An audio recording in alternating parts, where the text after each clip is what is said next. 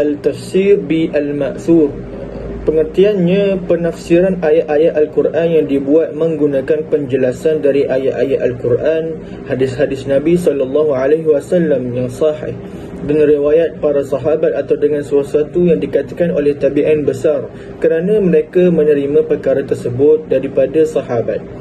Antara sumber-sumbernya ianya melalui Al-Quran dan Al-Quran, Al-Quran dan hadis, Al-Quran dan sahabat, dan Al-Quran dan tabi'in.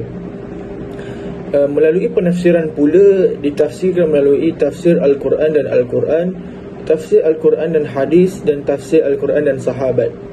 Tafsir Al-Quran dan Al-Quran, sebaik-baik penafsiran hendaklah ditafsirkan melalui Al-Quran dengan Al-Quran, sebab perkara yang dijelaskan secara mujmal pada satu ayat diperincikan di tempat lain.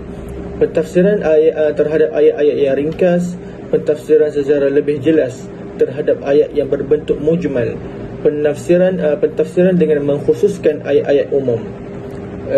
Ibnu Katsir pernah berkata, sekiranya ada orang bertanya apakah jalan terbaik mentafsir, maka jawapannya ialah Al-Quran itu sendiri. Yang kedua, tafsir Al-Quran dan hadis. Pertama, hadis mentafsirkan ayat Al-Quran yang mujmal. Kedua, hadis mengkhususkan terhadap sesuatu ayat umum. Yang ketiga, hadis menentukan ikatan terhadap sesuatu ayat yang mutlak. Keempat pula, hadis yang menjelaskan kemusykilan yang terdapat pada Al-Quran. Dan kelima, hadis menguatkan kedudukan sesuatu hukum yang terdapat di dalam Al-Quran. Yang keenam, hadis menerangkan dengan lebih meluas apa yang dikemukakan dalam Al-Quran itu sendiri. Ketujuh, hadis menafsirkan perkataan-perkataan Al-Quran. Yang ketiga, tafsir Al-Quran dan sahabat. Tafsir sahabat adalah antara tafsir yang patut diterima dan dijadikan pegangan kerana mereka menerima ilmu secara langsung dari Rasulullah SAW. Para sahabat menyaksikan wahyu, mengetahui asbab nuzul, dan memiliki kemampuan dan memahami Al-Quran. Daripada Ibnu Taymiyah.